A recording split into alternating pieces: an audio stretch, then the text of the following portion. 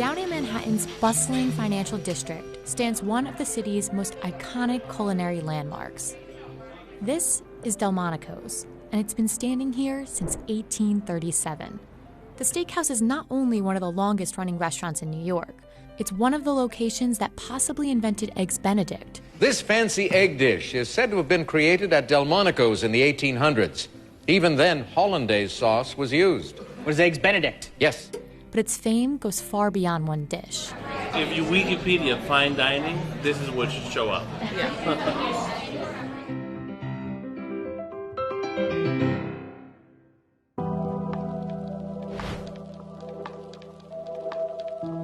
We're just a few blocks away from Delmonico's, where the restaurant is still operating in its original location from the 1800s. Talk to the people who work in this area or the tons of tourists who seek it out, and they'll tell you this place is a true New York landmark. So let's go head inside to learn a little bit more about this historic steakhouse and how the original Eggs Benedict recipe came to be. Before Delmonico's became Delmonico's Steakhouse, it was a small shop run by two brothers who sold pastries, coffee, and chocolate. With enough success, the Delmonico brothers bought a plot of land in Lower Manhattan in 1837 and opened what is now considered the first fine dining restaurant in the country. Delmonico's is older than some of New York City's most notable landmarks, including the Brooklyn Bridge, Statue of Liberty, and Central Park. And obviously Delmonico's is really old. 180 years old. 180 years. So, how does that history and it being here still today, how does that play into it being an icon of New York? It's pretty cool. 180 years. I don't know how many restaurants, Very few. Can say they're even, close to that. Absolutely, it is a history destination. Every day there's usually one or two tour groups outside of the front door, and they're explaining the history of Delmonico's. I've been coming to Delmonico's probably 20 years. Whenever I'm downtown, if I have a choice of where I'm eating, what better place can I go to? The restaurant was revolutionary and among the first in the U.S. to introduce gloved waiters, white cloth tables, and an a la carte menu. Obviously the name is such a historical name that people expect something fabulous, and when they do come here, I don't think anyone is ever sold short. Today, executive chef Billy Oliva leads the kitchen in preserving Delmonico's original recipes. Okay, so we're going to plate our Eggs Benedict. So very easy. Our brioche. And how was this original recipe created? How did this come together? So the Delmonico brothers had a lot of regular customers, and they were notorious for naming dishes after their customers. So Mr. and Mrs. Legrand Benedict used to come all the time, and they told the Delmonicos that they were bored of the menu. The Delmonico brothers says, okay, we're going to make you something new. And it was Eggs Benedict that they created was for Mr. and Mrs. Legrand Benedict.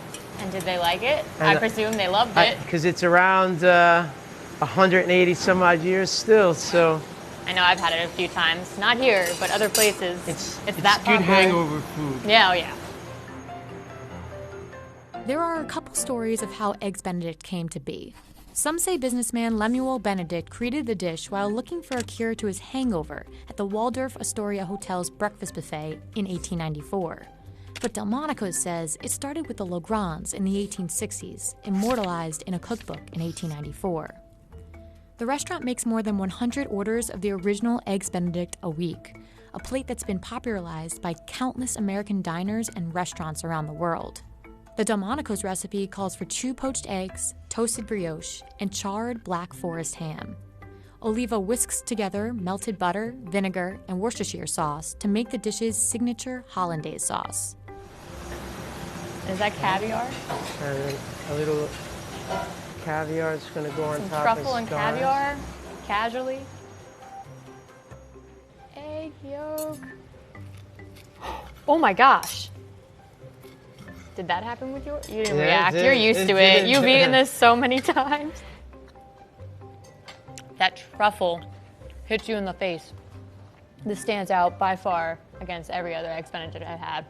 Obviously, it has elements that other Eggs Benedict don't, but this is also the original with a little bit of... With a little bit of flair. Yeah. Delmonico's flair. Delmonico's is the birthplace to a couple other American classics, like the Baked Alaska, named to celebrate the U.S.'s purchase of the 49th state, and the legendary Delmonico steak. Yeah, we probably sell 150, 200 a day. Of Delmonico steak? Oh man.